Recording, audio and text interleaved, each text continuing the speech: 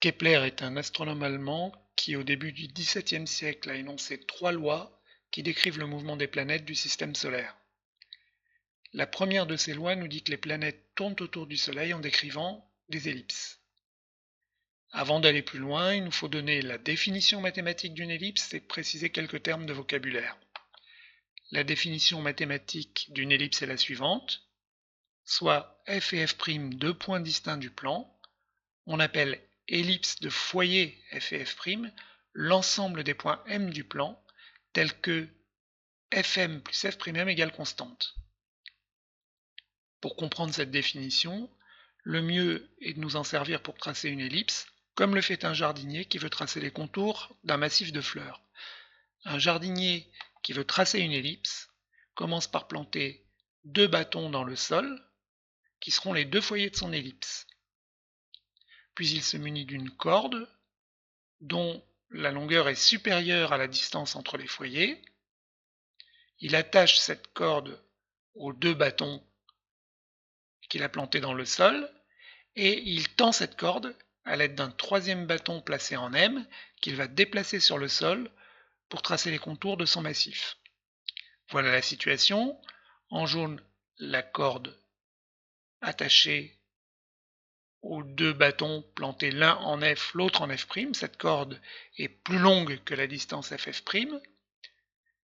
Elle est tendue par le 3e bâton placé en M.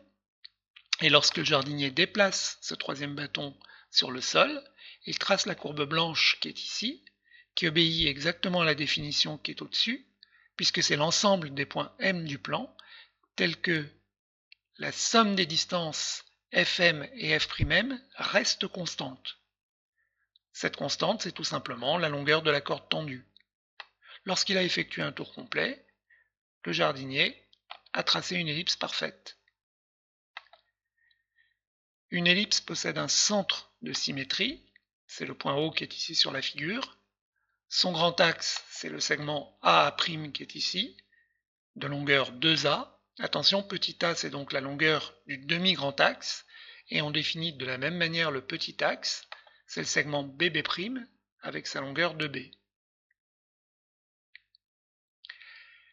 L'excentricité de l'ellipse est un paramètre qui caractérise son aplatissement.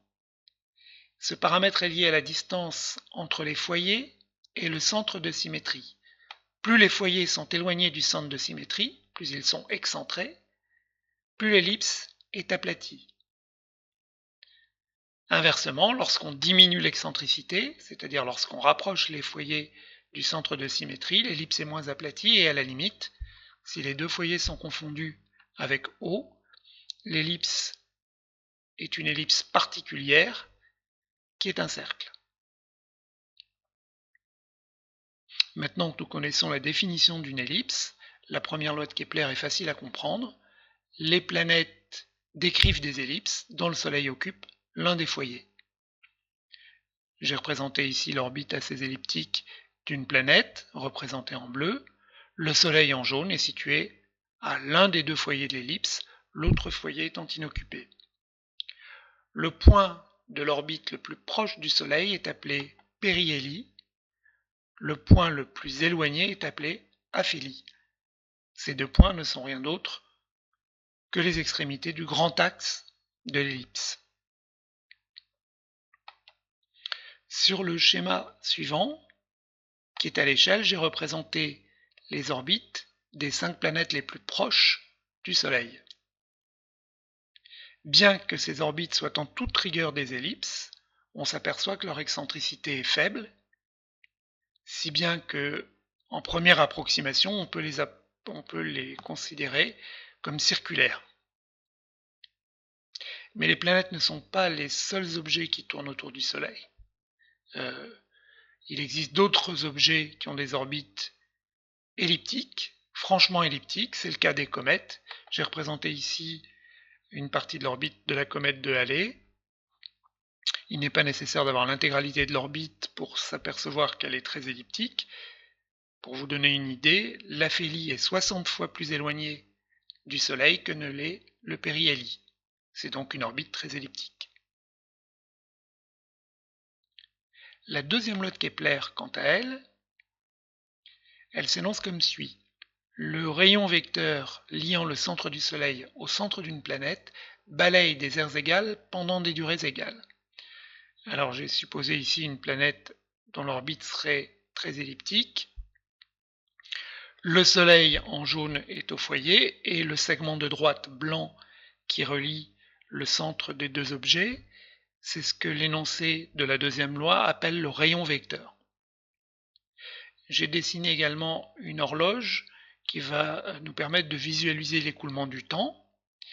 Et quand je vais démarrer mon animation, je vais colorier la surface balayée par le rayon vecteur pendant une durée déterminée que j'ai choisie égale à un quart de tour d'horloge. Et je vais le faire à deux endroits différents de la trajectoire, un endroit proche de l'aphélie et un endroit proche du périhélie. Alors, je démarre et je commence ici à colorier en rouge la surface balayée par le rayon vecteur pendant exactement un quart de tour d'horloge, vous pouvez le voir sur l'horloge. Et maintenant que je me rapproche du périhélie, je vais faire la même opération, je colorie en bleu la surface balayée pendant la même durée, un quart de tour d'horloge. Et bien ce que nous dit la deuxième loi de Kepler, c'est que ces deux surfaces sont égales. Alors la conséquence de ça, c'est que vous voyez bien que puisque le rayon vecteur est plus petit au voisinage du périhélie, quand la planète est proche du Soleil, il faut forcément que l'angle au sommet de la surface bleue soit plus grand que l'angle au sommet de la surface rouge pour que les surfaces soient égales. Et par conséquent, la planète va plus vite quand elle est proche du Soleil que lorsqu'elle en est éloignée. La troisième loi de Kepler nous parle de la période de révolution d'une planète. La période de révolution, c'est la durée nécessaire à la planète pour faire un tour complet sur son orbite. Sur l'animation du système solaire qui est ici, je m'aperçois que plus les planètes sont éloignées du Soleil, plus leur période de révolution est grande. Eh bien, ce que précise la troisième loi de Kepler, c'est la relation mathématique entre la période de révolution grand T et le demi-grand axe de l'orbite. L'énoncé nous dit que le carré de la période de révolution est proportionnel au cube du demi-grand axe de l'orbite.